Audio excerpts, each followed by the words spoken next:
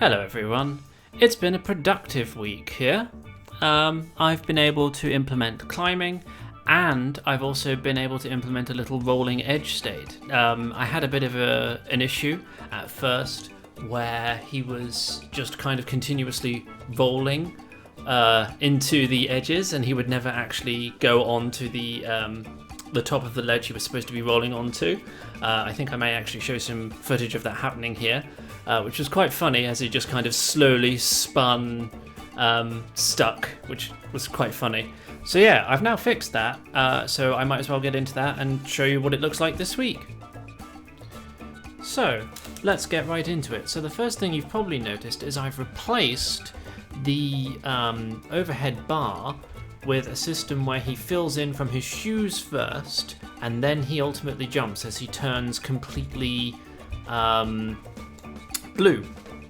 And I've also got the climbing mechanic working. So the climbing mechanic works like this, and he then rolls onto the edge like that. Et voila, a nice little combination to add to the jump system, which I quite like. It feels quite nice to work with. And then he rolls on, jumps, and what I quite like about this climbing mechanic is that you can do this, wait, and then you can jump onto the edge.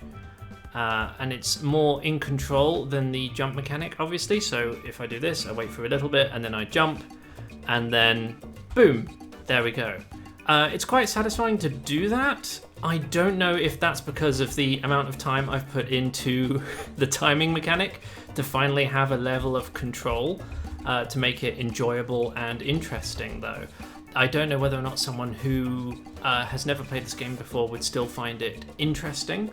One of the downsides is that I just don't have many/any playtesters. And I was fortunate enough to get Sean Spalding to play my game through one of his streams. And I found that his criticisms were pretty much boiled down to there's too much waiting, and he didn't find it interesting, and the timing mechanic by itself was too shallow. Now, he did not play this version, he played the Jam version, which I showed in Devlog 0. However, I think he might be right that for a full game, it's not enough to carry a whole game. Even with the climbing mechanic, I don't know if it's enough. I might not do this as a full game after all, and I may just have this instead be a small little test game. Yeah, and I've been thinking about whether or not it's a good idea to keep this as it is, and if I do keep it as it is, it might be a good idea to dramatically scale back what I had planned for it, and instead keep it as maybe like a 10 to 15 level long game. So it's a test of my level design and a test of whether or not I can make a short and engaging platformer. Again, maybe like 10 levels, maybe 15 if I could think of some, and just put in some like little context, like put in like a little cutscene at the beginning where he's essentially just lost, and then just by the end of the 10 levels he gets home. And so what I'm just showing you here is how I've achieved the filling up from the cold boots. This is a mechanic that causes the player to slowly become a blue sprite over time. And essentially what you can see here is I've made a y equals mx plus c, so this is just a straight line equation here. And then I adjust the top depending on what I've got. And I also have the sprite tops and the sprite bottoms depending on what movement's happening. So yeah, I'm really happy with how that now looks. I think it looks really cool. So if I just boot the game up again,